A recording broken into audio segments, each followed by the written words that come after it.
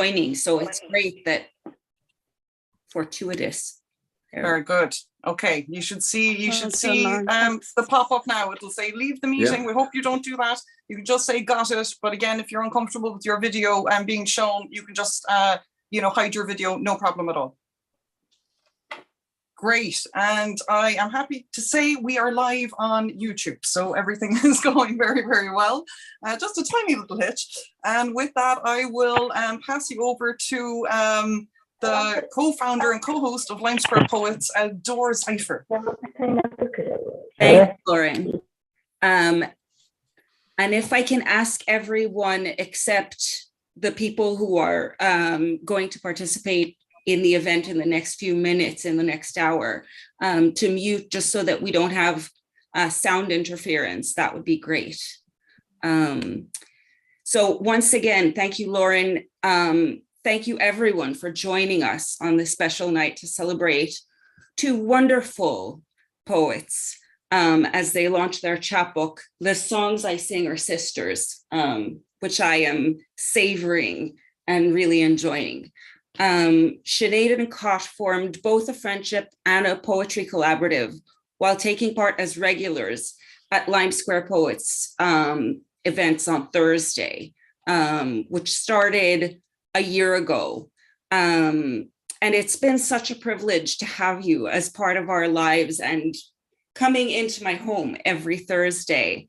And you are part of all of Lime Square Poets' weekly lives. It's almost like we all come to celebrate poetry in our work every week. So it's been such a privilege to get to know you and your work. And this feels like a culmination of that. And I hope it's okay to say, I feel so privileged to be part of this and so proud of this milestone. It's so great, and thank you for allowing us to be part of this.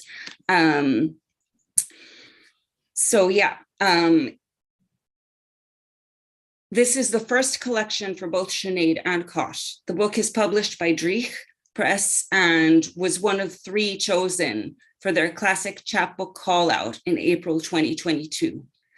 Before we hear them read, we would like to introduce you to 2 poets who have supported their work and endorsed this beautiful collection. And both will say a few words. So first, it's a great honor to introduce Terry McDonough. Terry is a widely traveled writer, poet, and dramatist from Killaidon in Kiltima County, Mayo. Terry is also widely published with more than 14 titles to his name. He's lived for many years in Germany, and his work has been translated into Indonesian. His most recent works include Echolocation from Blaupause Books, 2015, Lady Cassie Peregrina from Arlen House in 2016, 4th 4 Flat 44 Cantos from Arlen House. His work Fire and Ice from Gill Education is included in the junior cycle. Terry's latest book, 2 Notes for Home, published from Arlen House, will launch at Clifton Arts Festival in September 15th. So that's another thing to look forward to. Sinead has known Terry for many years, firstly in her work as co-producer of the arts show on Midwest Radio, where Terry often contributed poems and interviews. And then after learning of Terry's drama credentials, Sinead wrote him into her first radio drama for children, The Remarkable Adventures of Spike the Hedgehog, 2007, playing Hoot the Owl. Over the years, Terry has narrated and played a varied list of creature roles for Sinead's company, All Points West Radio Productions, for dramas broadcast on RTE Junior Radio. In 2020, Terry worked as a poetry mentor for Sinead as part of a development award from the Arts Council of Ireland. So when the book was forthcoming, Sinead couldn't think of a better person to endorse these first nervous steps into publishing poetry. So will you join me in welcoming Terry? Thank you so much for being here tonight.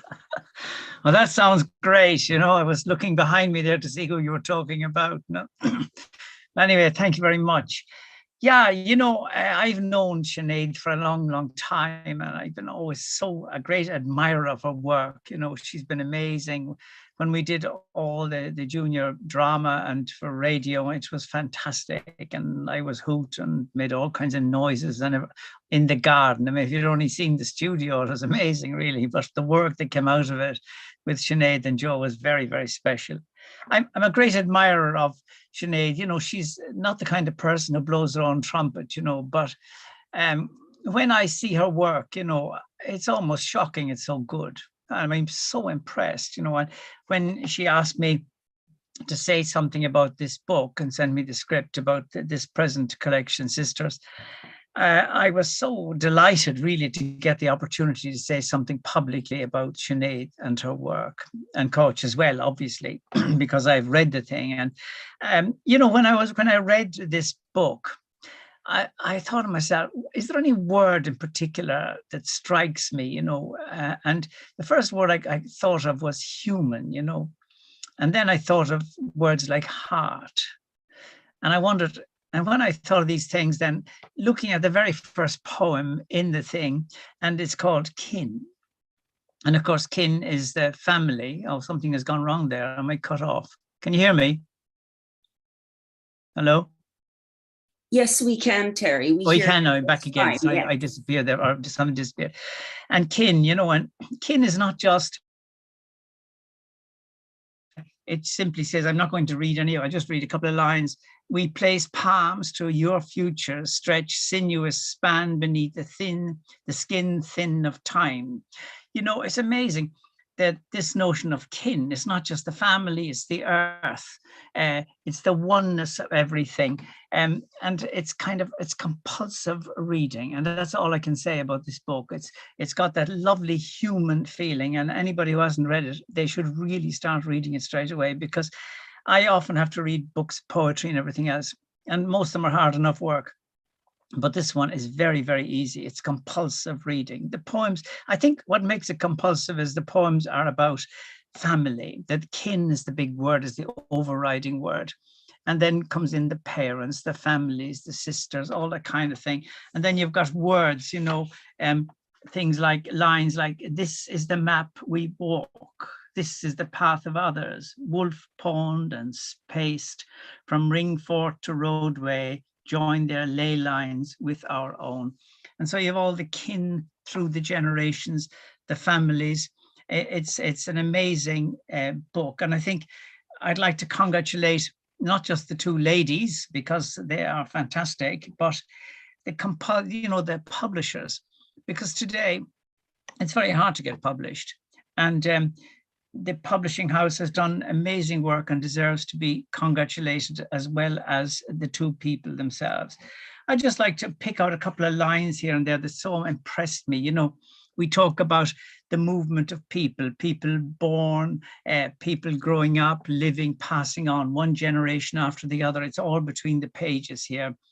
Migrant, I was precious, seed carried, nomad, secret in the folds of my parents' hopes. Isn't that lovely? A secret in the folds of my parents' hopes. And again, another couple of lines I just read here and there. I wonder if our mothers, in Tangles it says, I wonder if our mothers might have met tangled lives set adrift across the sea between us. You know, things like that, amazing lines in the book. As I said, there are poems about emigration. There are poems about people living in Australia, about people coming back, about love of parents, of mothers, of fathers, of brothers and sisters, of the earth, of family. And I think I won't go on any longer, but I'd like simply to congratulate the two women. They're going to read for us this evening. But once again, all I can say is congratulations. And I wish this book well, because I know it has much to travel, and it deserves to travel, because I have enjoyed it so much. It's a rare book, it's a human book, and it's a book of heart and family. That's all I'm going to say. I wish it well. Thanks so much, Terry. That was an absolutely glowing introduction, and they deserve absolutely every word of it. Thank you so much. Now, next up, we would like to introduce John Glendy.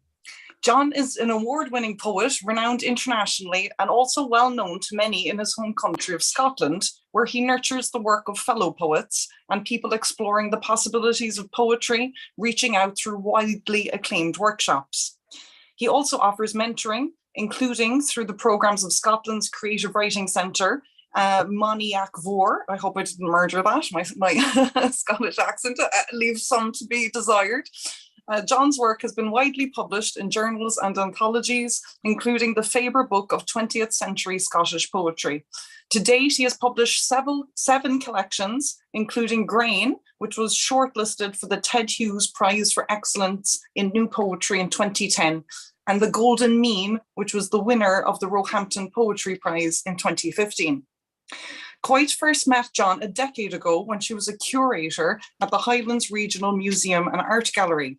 She was looking for collaborators to help her invite groups and communities throughout the region to explore together creative ways of adding new perspectives and to objects and archives, to restore story and voice disregarded heritages. Together with artists and filmmakers, John and Coit co-curated exhibitions with people across Scotland's north, transforming how their historic collections are interpreted, illuminating them through poetry. John's gifts of poetic attention and sensitivity transfer also to his ways of working with people, always listening for the truth of what is shared and to elicit what might otherwise be looked over.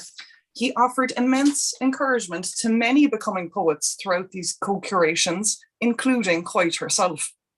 And so it was without hesitation that Coit asked John, her first teacher in the beauty of poetic collaboration, to share his responses to the songs I Sing Our Sisters, this precious venture in collaborating across the Irish Sea.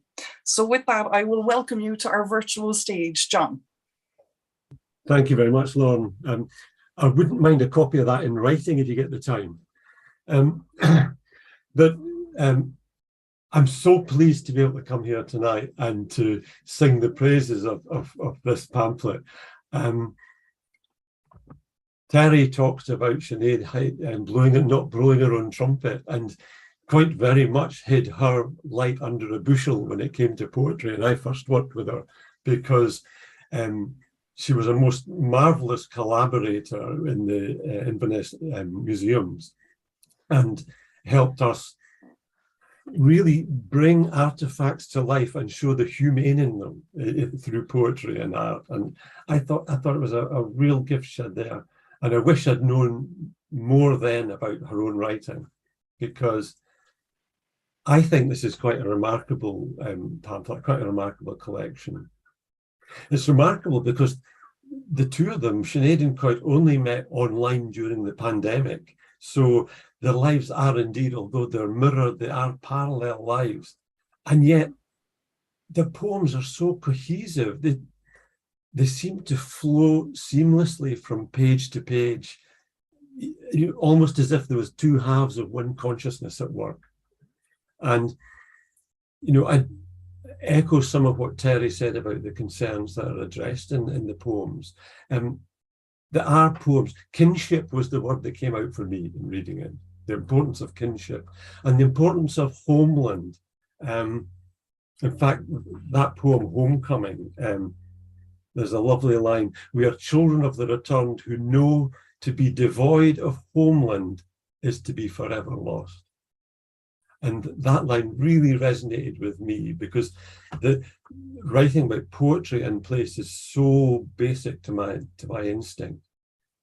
But I love the way the poems themselves, the individual poems, converse so effortlessly.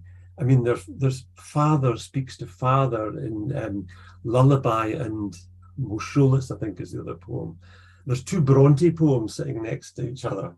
There's Whale, A Planet Dream, which is a Shetlandic whale poem. And then there's Stranding right next to us, which takes us to the other side of the world, that echoes those concerns of ecology and species loss. And to me, that's where the reader is brought into the conversation, because a great poem isn't a communication, it's a conversation. It draws the reader in. And these concerns that the two of them write about are universal concerns.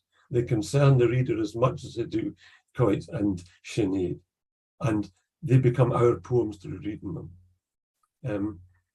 And I think it's remarkable in the way that the book also reminds us that what we care about, our concerns are shared. And when concerns are shared, they're halved. And love is also shared in the book. And when love is shared, it's doubled. You know, I love the way that distance makes no impact on it here. That they talk about the conversation as being over the wee sea between Ireland and Scotland, but the whole world's brought into the book, really. And the range is remarkable, whether it's geographical or psychological.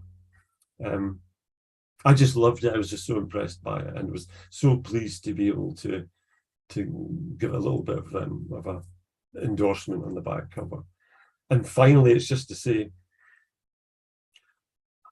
I think they're poems. These are poems which remind us what poetry is built to do.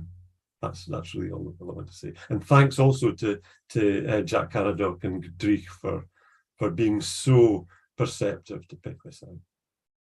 Good luck to you both. Thank you so much, John.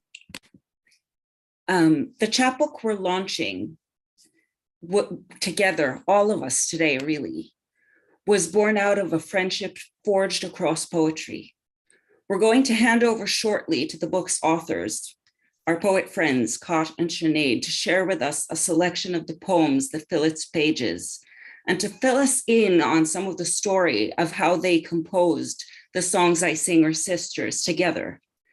There will be an opportunity after their reading for us to share questions and comments with both poets. To help us coordinate, we're asking that you type into the chat window the words you would like to share with all of us and with Cot and Sinead, so that we might include them in our exchanges later. Please also share your words of encouragement and appreciation in the chat as well. It's a great way to share together responses throughout the launch and to let these poet sisters know how their words have touched all of us. Welcome, Cot and Sinead, and thank you for including all of us.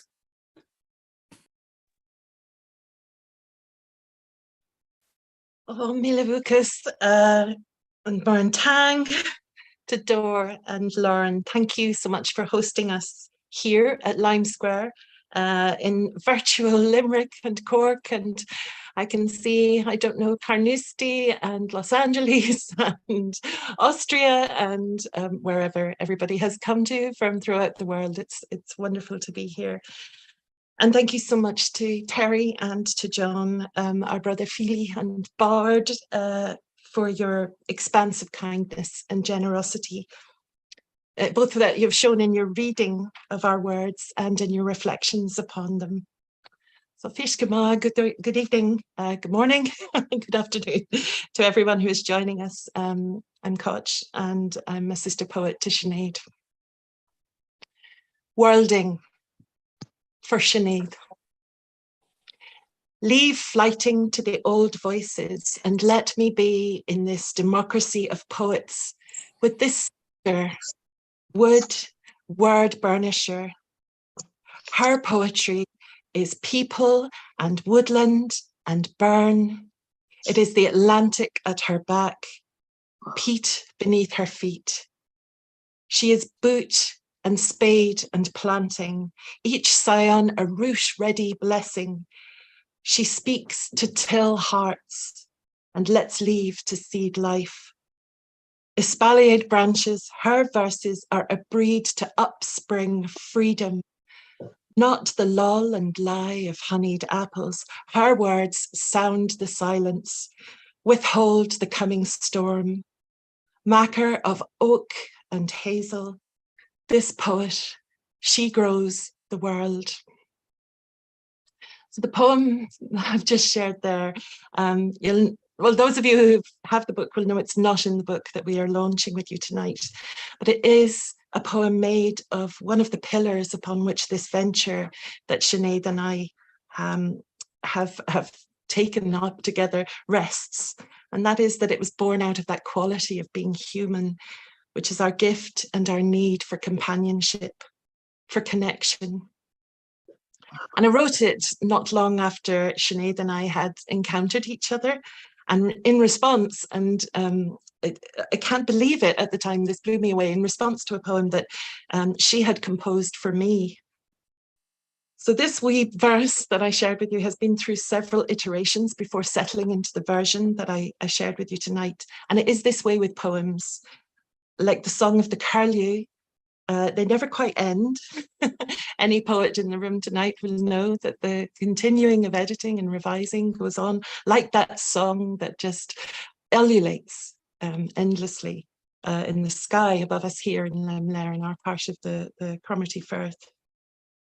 And this transformative and transforming ululation, like the light across the water here at my home in Easter Ross, is also the quality of friendship. And this collaboration in composing poetry that has brought colour and shade and contrast to my ways of seeing and listening. Sinead's gentle calls to attentiveness are making me a better poet.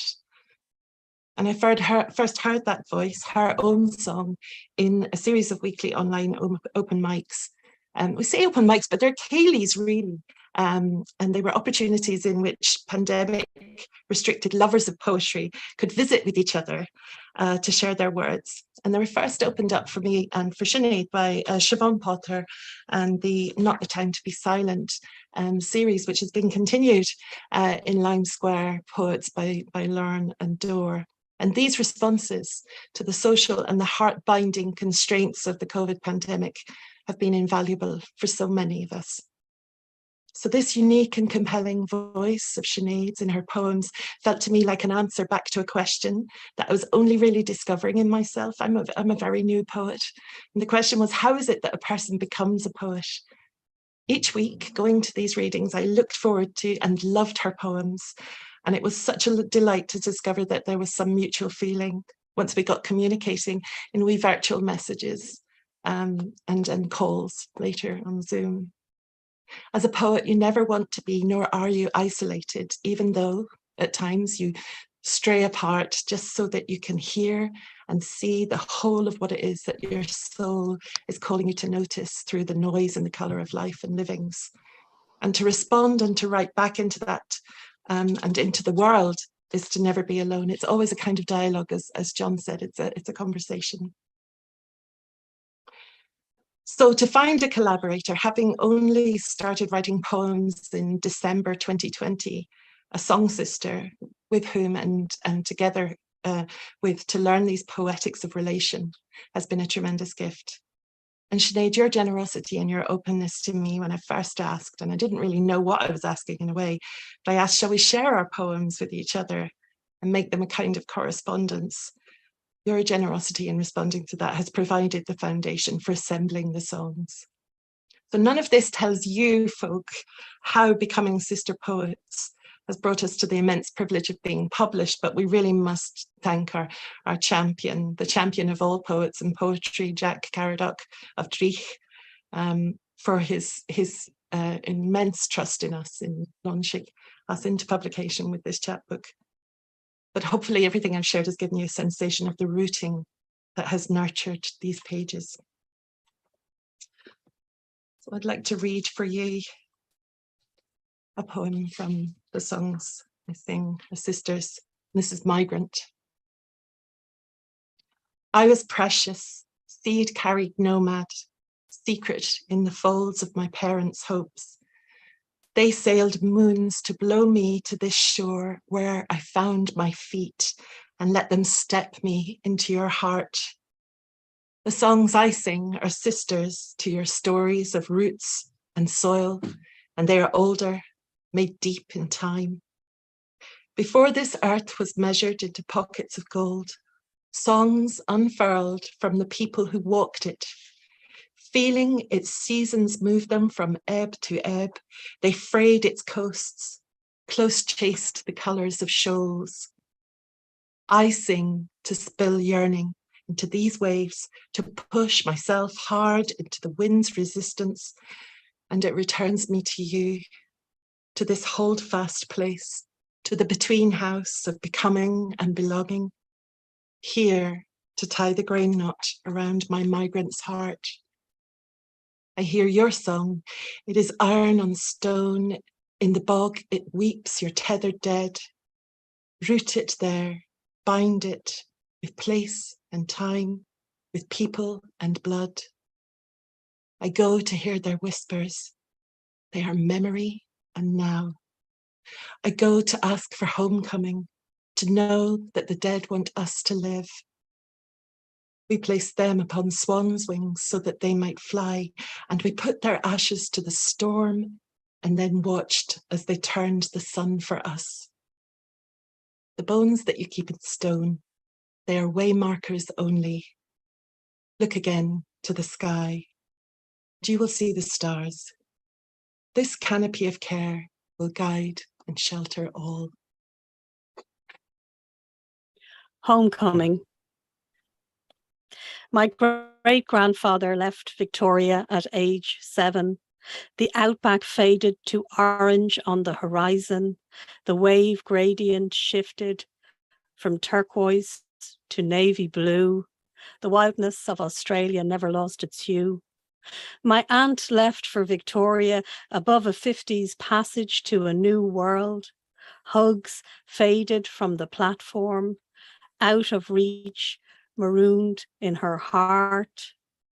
My mother named distance a street of goodbyes. People were always leaving, always waving into empty spaces.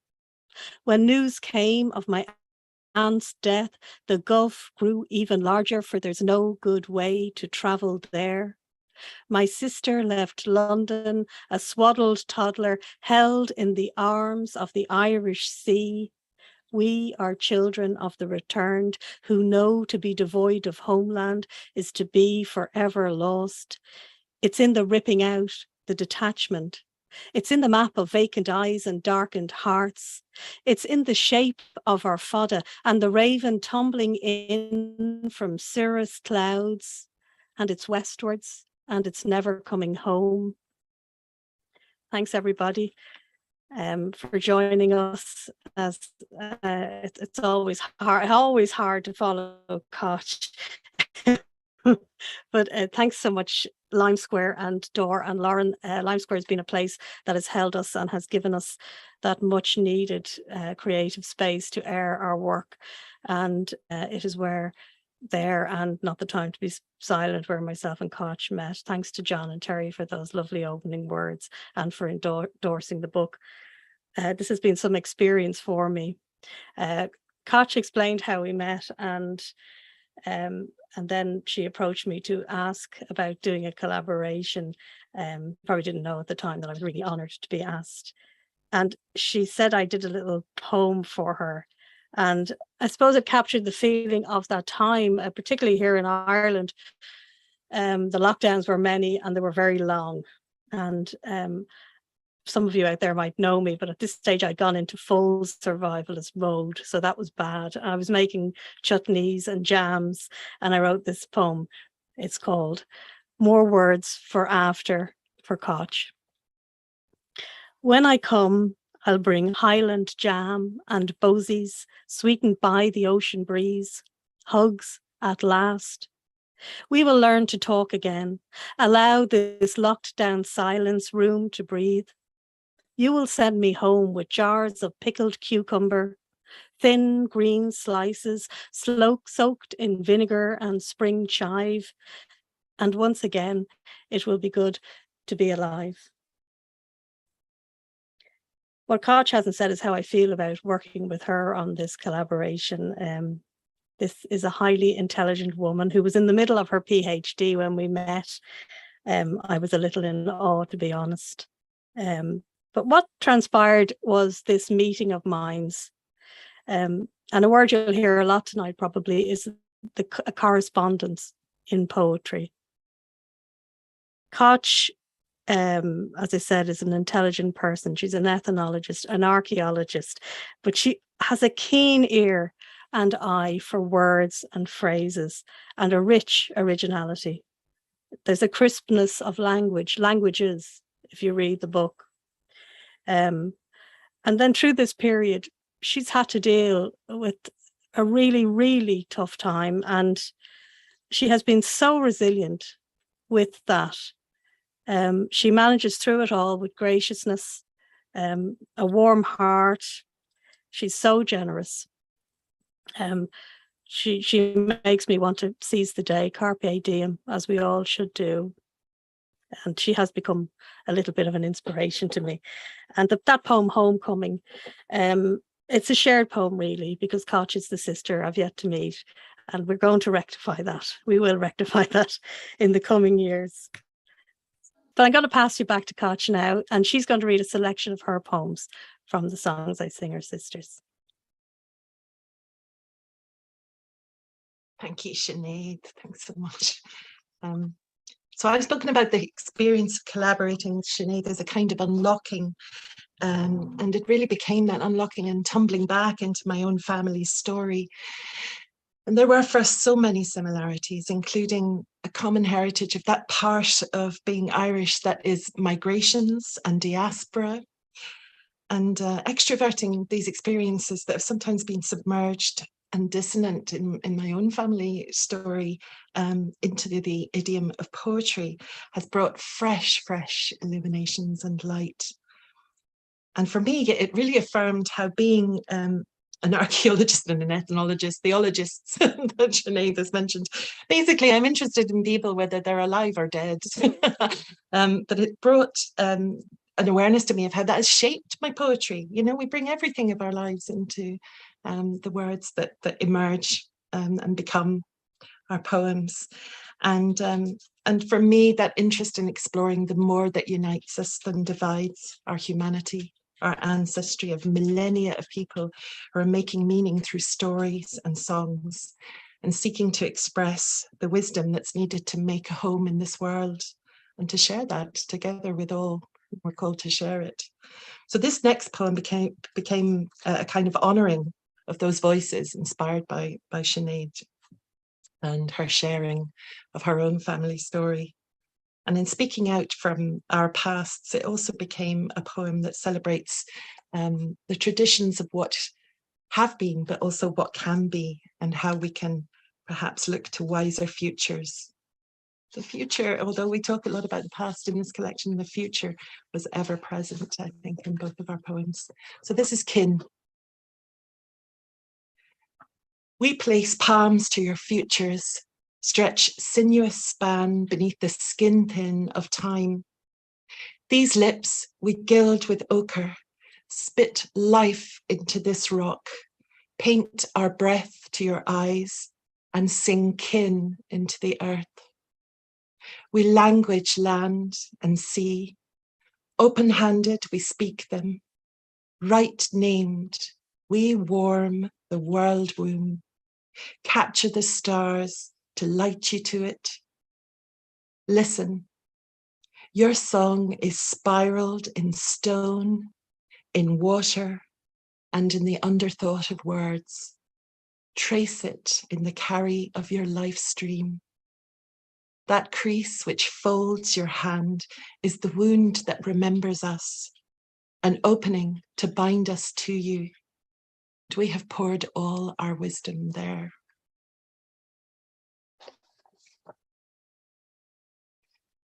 Thank you. So John and Terry mentioned that mothers and many other members of family, of kin, appear in our poems. And this now is a poem for the mother, for our own mothers, and for the mothers of human and all life, for the mother that is soil and bog, and the mother that is the river and the briny lash of the sea, for the kayak and for Dana, wherever and however we find her, for however long might keep her close, and for our learning to let leave for her to live. So this is a poem called Saline. My mother was mermaid silver, all secret scales and fishtail flicks. She changed the air to wave spray, and like that, she disappeared. a thin, oily slide from the tiny clasps of our greedy, pleading clutches. Quicksand to our sand-soaked feet, she shugled these slicket shores. Weaned on tears, we were set adrift, salt wound cut from her dulcie cord. This briny mother that we locked to land, ochre smoked, tobacco wreathed, her mermaid's purse bled scarlet. Lipstick veered vermilion upon her sharkish teeth, painted her the shapes of woman and wife, costumed her in dances and scuffed regret. Soon, her landward legs, not real at all, flipped under the toil of such gravity. And when she could not take herself, we took the ceaseless sea to her. Buckets of Atlantic from Skelligs, from Derrynane, we bathed her feet, drenched earth-drained ankles, and hailed her selkie heart to leap. Never ours, she reared us to seals' laments. Pierbroch flit days that came as clouds. Storm-born, oceans railed her ribs and brought her baleen belly to the boil. No anchor could tempt this tempest tame. Untermoil the love she shook Shurmal. Like sand, her swim from the haven of us showered saline sour on their earthy pores. Salt crust crystals at these memories. Brittled dillisk stranded from the shores, like the straw parched coal that turned her tail when last she slipped to embrace the ebb.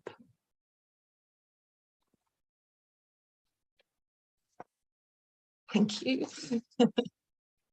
So I want to say that throughout our collaboration, I found myself leaning into the strength of sense and place that imbues so much of Sinead's poetries.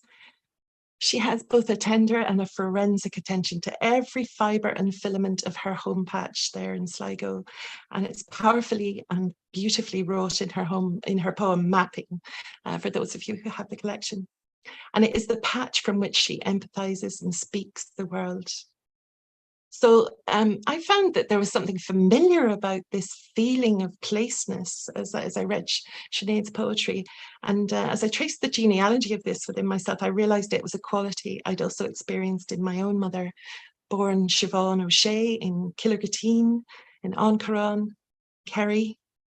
And Killergetteen is the place where I took my first steps also, and I spent many ages of my childhood there too. And it was also, I learned, a place that was taken through its being inscribed on maps, made in uncanny language, and resulting in its naming in English as Waterville. So although my mother Siobhan was definitely born, we never really knew on which day this was, because she came like a fable around midnight between the 14th and the 15th of November. And it was her birthplace and her mother's tongue that she carried with her throughout her life, and that wherever she lived remained with her as the furnishings of her true home. So this was a poem I wrote often in response to many of Sinead's poems, but also a poem for my mother, Siobhan O'Shea, she was. The poem is called Naming. A place will know many names.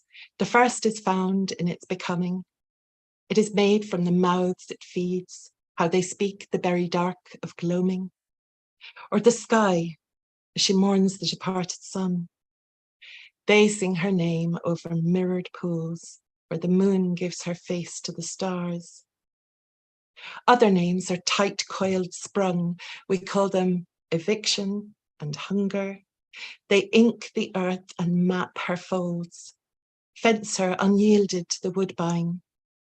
These names are arrow-tanged, barbed to tear and unskin lips. They take place and unseat wisdoms.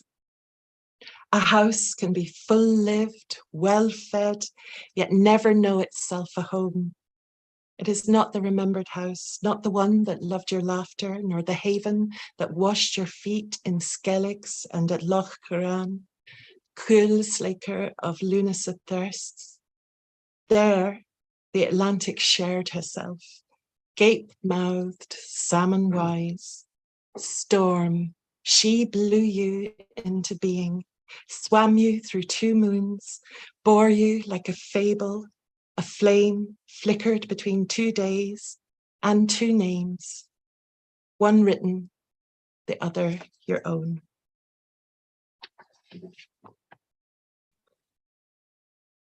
Thank you. So as well as mothers swimming vividly in and about the many words of our collaboration together, Sinead and I also found ourselves turning to recalling each of our own fathers, respectively. So different, these fathers, and yet so akin in their lyrical sensitivities.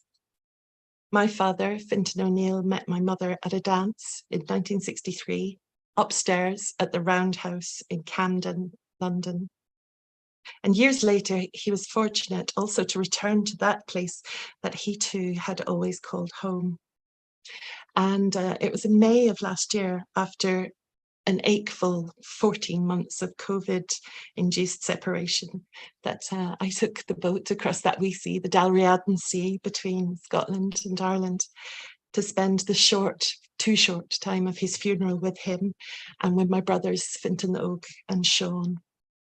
And it was there that we returned him to the bog that had once sprung under his childhood feet. So it's for my father, Fintan Clonkeil O'Neill, Moholas. You will not find him here. He is not in these words. Once oak hard, beneath the peat like butter, he has slipped to softness. My father is not in this place. He has walked the map of his palm, followed the course of his life stream. Behind him, the river has thinned to tears. He travels a hollow way east. It is the road to the winter house, home to the rags and bones of human love.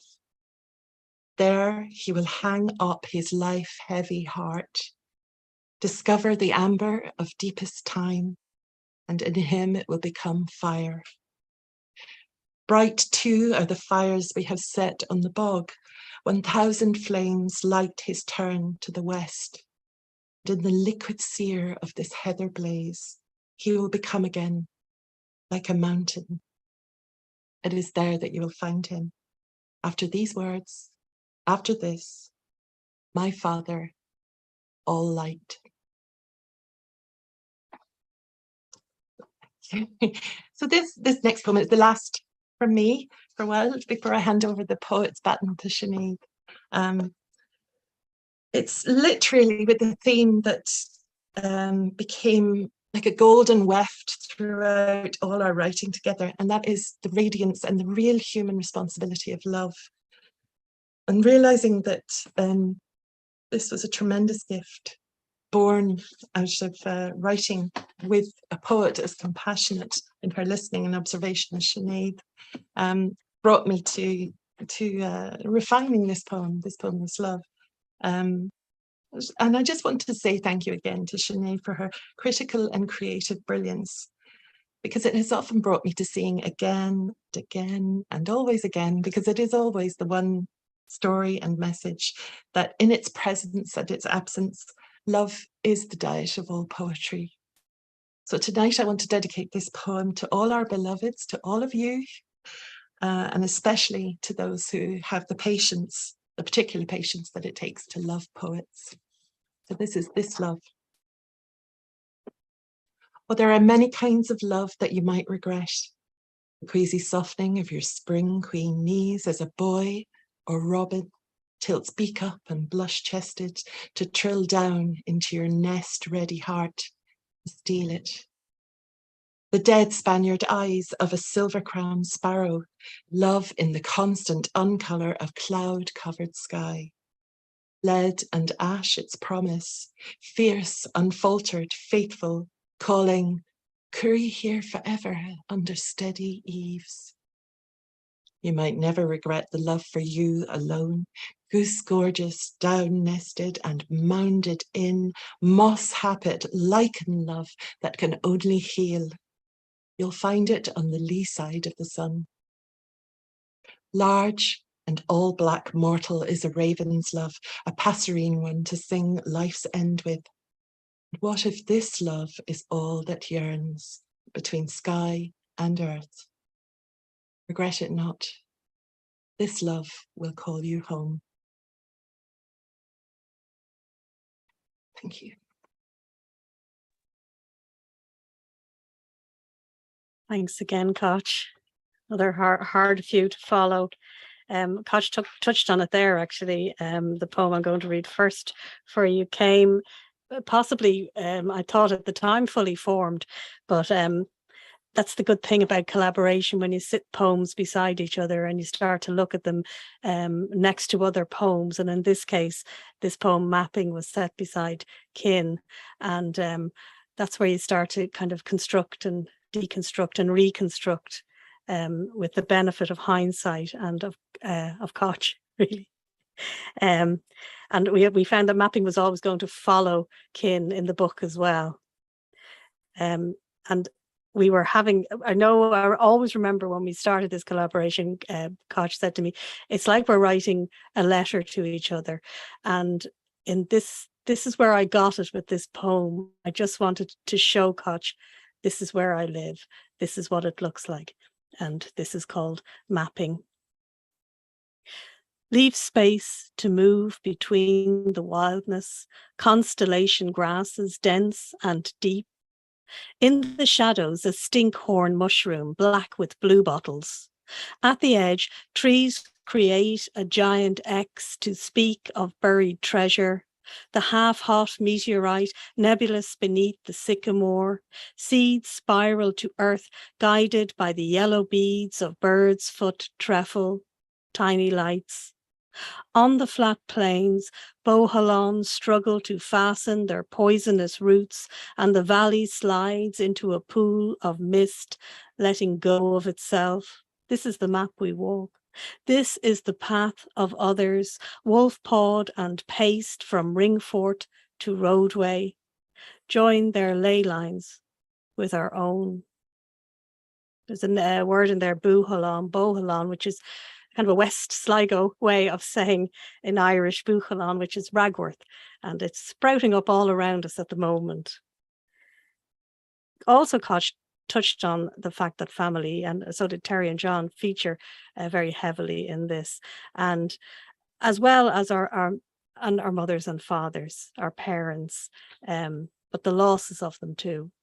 And for me, this was kind of the first time I had written the loss of my mother into a poem.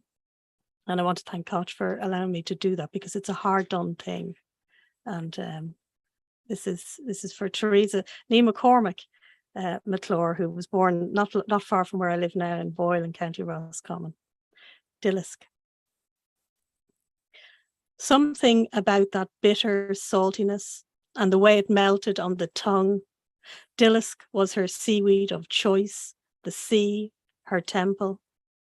A childhood of lakes and rivers strengthened her stroke. Dillisk fortified the iron in her country blood. I break the seaweed into small, dry flecks, dusted over by growing lettuce, dream of the sea. Waves turn to wet embers. The cigarette I lit outside the hospital, the rain driving at my face. The guard asked me to put it out. I tell him I need it. My mother is dying in there. I need it to help me breathe. I need it, but the rain is spreading the ash at my feet. She wants to be cremated. We will not cremate her. A long night later, the guard watches as I light up again, but he says nothing. I am breathing out, one long exhalation. She is gone and I feel her breath in the wind. She is air before becoming water. At Merrion Strand, she dives in, tastes the Dillisk one last time, swims to White Rock and home. Thank you. Koch also mentioned about this revealing this space, this place that I live, and it found its way into a lot of the poems. And many of the poems are actually written just about Blackfield here, and where Koch has this expanse of sea, and you don't know what is sea and land.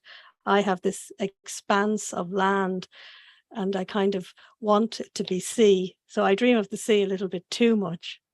This is called Earth Tides.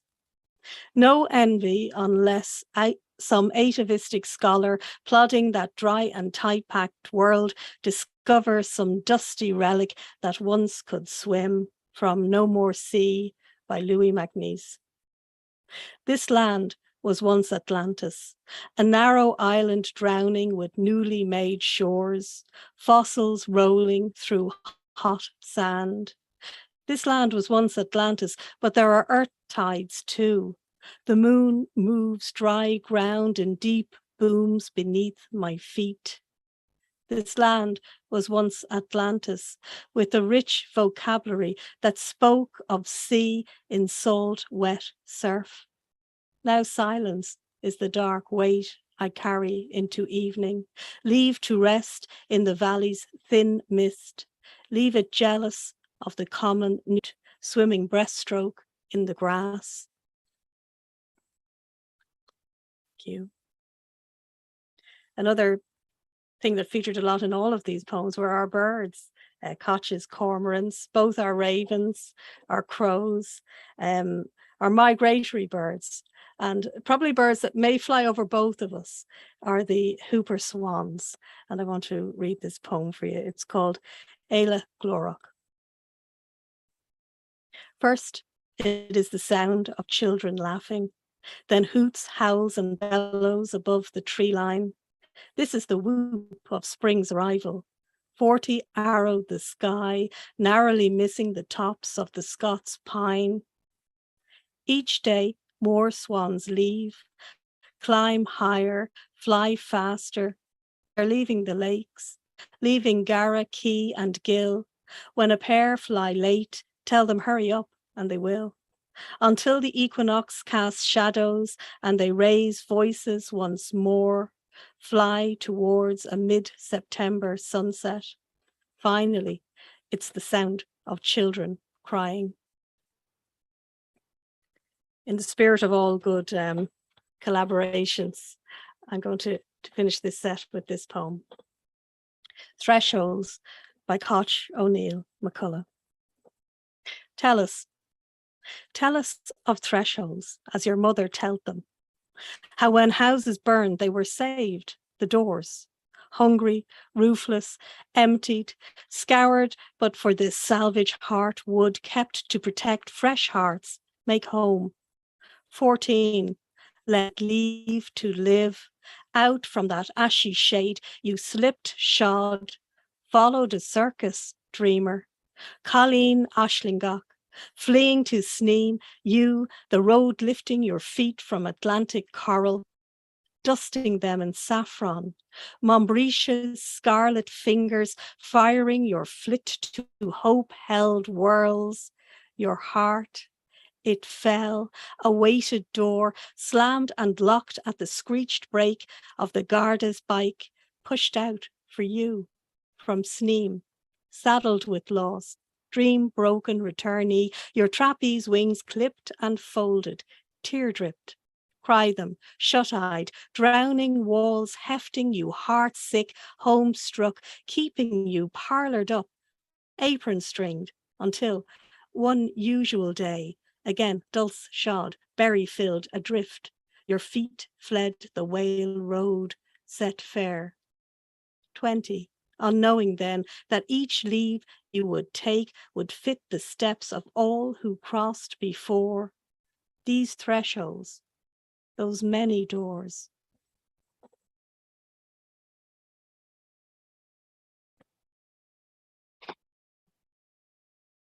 Thanks, Sinead. You know, it's a beautiful thing to hear your own poem read to you.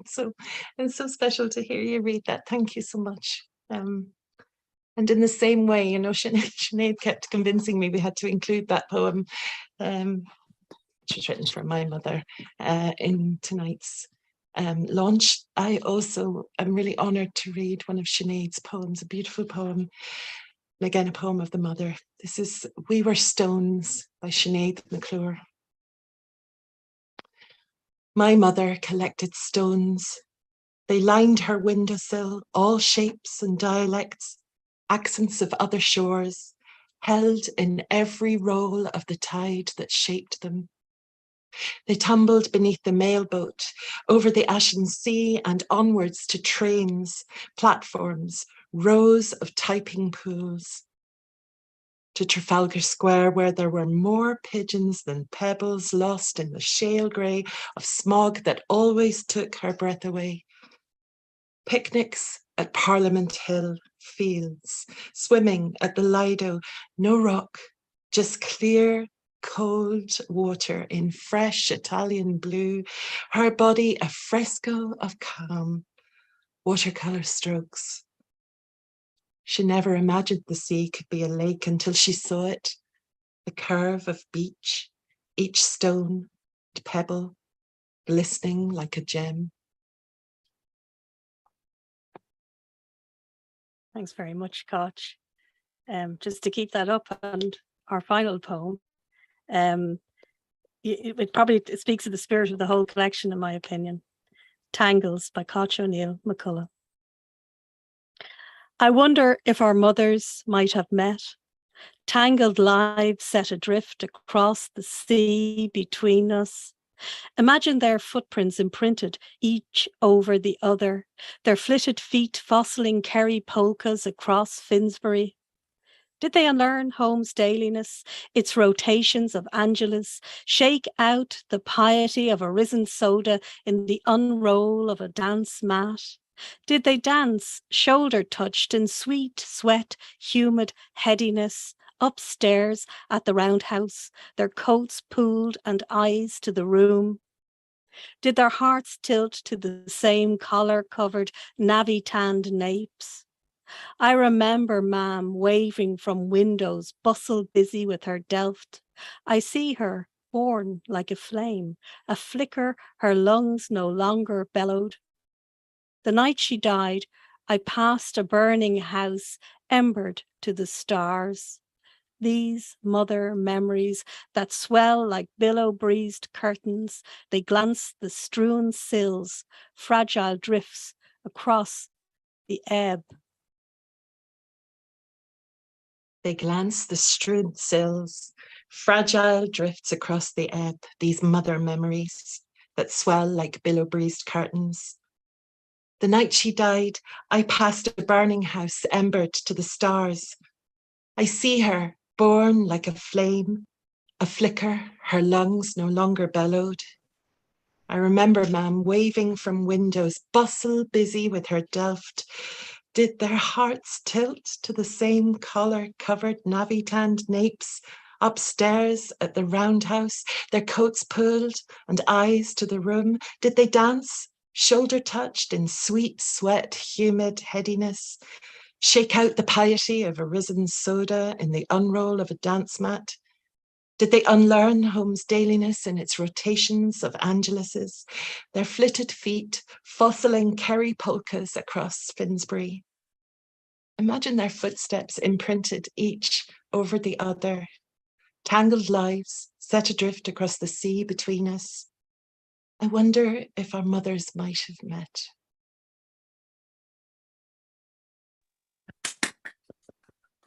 I'd love to invite everyone to unmute for a minute and give Coit and Sinead an almighty round of applause.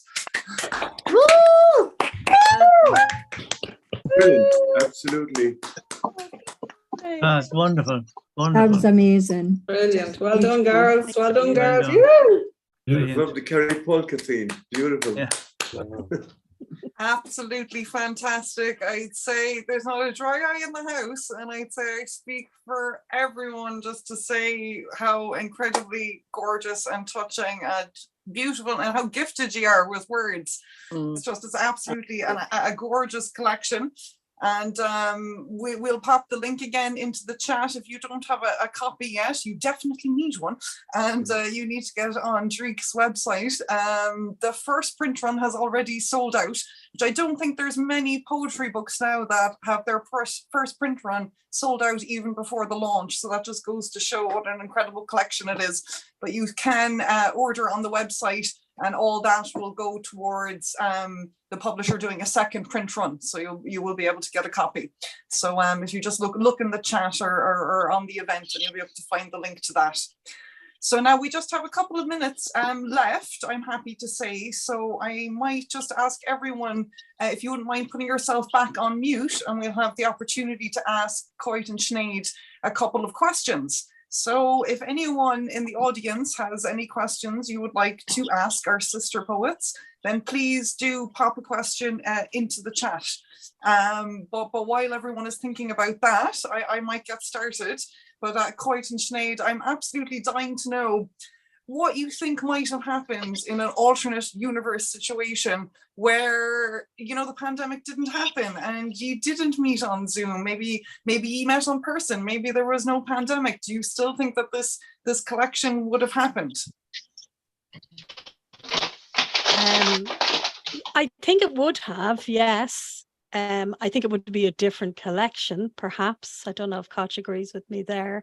I think that, you know, the pandemic took so much from us, but the one thing it did give us was space, you know, and time to think, and to meet somebody, a sister of that at the same time, I think, you know, really formed the backdrop without us realizing it, I think, of the collaboration.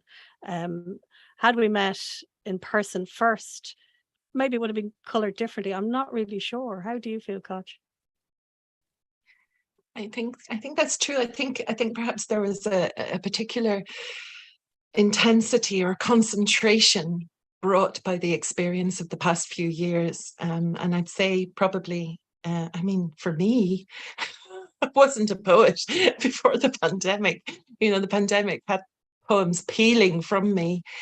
In a way, it was it became a kind of companion in addition to the people that I met and the family that I met through the opportunity to do things that I wouldn't have. Here, look at, I live in a very rural area. And we don't have many poetry gatherings here in Lemlair. And so the chance, I suppose, to expand horizons and to do the things which our parents did. You know, we migrated in a different way. The two of us had a different experience of migration. And I think it's going to be very interesting in the future to see how people experience this time where so many of us have migrated virtually and shared not the, you know, the dance floors of the Roundhouse in Camden or those other places where our parents might well have met because they were both sets of parents in London around the same time.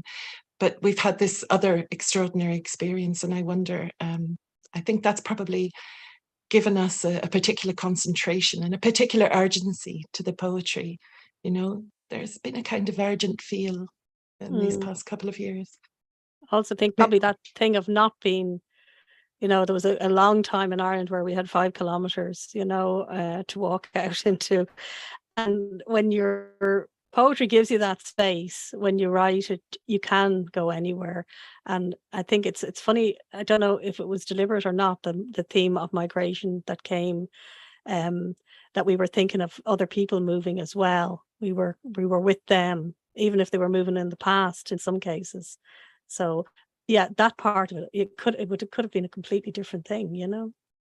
I think for the loss as a theme as well, you know, that perhaps this particular experience of not being able, you know, to not knowing if we would see people again, and in truth, in some cases, not seeing people that we loved again, you know, that brought us very close to those experiences of people who are migrating, who leave home and family and do not know, you know, that they will ever communicate again with people that they love. And that's a reality for so many people in our world today. You know, it was a particular reality for our parents' generation, but we were very aware of how close that brought us to people who are in in desperate situations today, you know, and there's a degree of our compassion opening out in the poems to them too.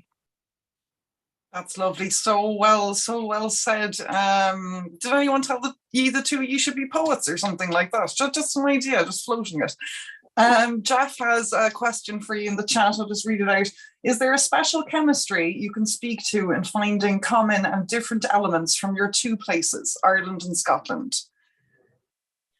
Oh, I think there is. Yeah, for sure. There's a connection there anyway. But Koch has such an Irish connection anyway that I was seeing it. And I think land was possibly a big, and as Koch said, she lives rurally, I live rurally, and it was that the landscape of here, although I always think of it as a smaller landscape, obviously, than Scotland, which is huge and big, that there's a microcosm of it here. So there was that connection for me. Yeah. There's definitely a shared history. You know, the sea, I suppose in that first poem, Kin, was really an appeal to remember our maritime origins as people. You know, people were getting into boats and crossing those waters between Ireland and Scotland long before Ryanair and EasyJet had their particular monopoly on the relationship between our two countries. You know, that before countries, people migrated. The distance across sea is so much easier than crossing mountain ranges. You know, it's only 12 miles between Ballycastle on the North Antrim coast and the Mull of Kintyre in the south of Scotland. So, you know, we've been touching into a deep, deep time of relationship along a great glen, the fault line, which brought Columkill from Derry to Inverness, just south of where I live, you know. So yeah, no, these relationships, I think in some sort of poetic way, where we're tapping into those long genealogies beyond our own family connections as well. Brilliant. Thank you for that. Anne has a question that I'm very interested in myself as well. I would like to ask both poets, who do they read? Who inspires them? And what is the tune on Sinead's wall? I can't hum it for you. I didn't even know it was visible. No, I don't know what the tune is. You'll have to ask Joe that. I took his room for this Zoom. Who inspires me? There's a whole host of poets and writers, Irish poets like Terry McDonough, Ger Reedy, John Glendy, I've started reading. Through probably because I write a lot for children, Richard Adams was a huge influence on me. Possibly C.S. Lewis, all those type of writers as well. I read Sinead McClure for sure. Yeah, I'd say, you know, among contemporary poets, John's poetry, John Glendy's poetry has been a great influence on me. Some amazing women who are writing now in Scotland, Jen Hadfield, Roseanne Watt. I'm enjoying the poetry of Leslie Benzie. There are also among the more kind of traditional canon, I suppose, George Mackay Brown for me has been a tremendous influence from when I was very young. I was reading the poetry of George Mackay Brown.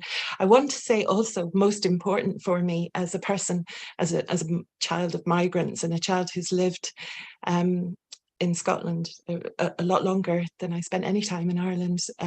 I want to thank Sister Columbanus, who was a nun who taught me at the age of 10. She had the great wisdom to teach a bunch of Irish schoolgirls in a convent school the Scots border ballads. These are 12th century poems written in Scots that we had to get our mouths like mangles around these fantastic consonants and vowels, this uncan language, which became for me a whole world, a whole cinema of imagination. beautiful to be introduced to that in poetry. And I think probably the richness for me of language in poetry, I like Gerard Manley Hopkins, and the Norse poets, poets like Colley Colson of, the medieval period, Muireadh Albanach, the great poet of Ireland and Scotland. These, their felicity with language, I think, has always interested me. Maybe because my mother's first language was not English, it was Gaeilge, and so I was brought up with that sense of other tongues, and it's always fascinated me. But Sister Columbanus's 12th century border ballads lessons were probably somewhere in there in the making of me as a poet. We'll all be going to Google now in a minute, Googling border ballads to see what that's about. Thank you both very much. And we're going to wrap up now in a minute. But before we go, I'd love to know, how did you choose which poems to go alongside each other? How did that work out between you? Were there lots of arguments? There wasn't really. Some of them did sit beside each other kind of naturally. And then we kind of went through it. And I should have said this earlier. We had two superb readers as well, Matt Kirkham and Jan. I think Jan is here. I think I saw her early on in the process when, and like that's invaluable to have somebody from the outside look and then look at the poems that we have kind of tried to shape together. And then we went back and we looked at it again and printed them off, looked at them, how they sat beside each other. And I think the consensus was it worked fairly well between us. We didn't have any arguments. But I wanted to go first, but Koch won. No, I didn't. No, it worked very well. I have to say, Sinead's generosity really in the whole process, I think, was very apparent to me, that this was a process in which we knew that we weren't going to put our names to the poems in the pages of the book. So that wasn't an important thing, that there should be some kind of quid pro quo. You'll feel like you're reading poems that alternate between us, but in fact they don't. There are places where that doesn't happen. And I think the first readers, really, really, really important. Matt, thank you, and Jan, thank you, because you illuminated that process for us as well with your sensitive reading of and very helpful, critical, kind, loving appraisals as well.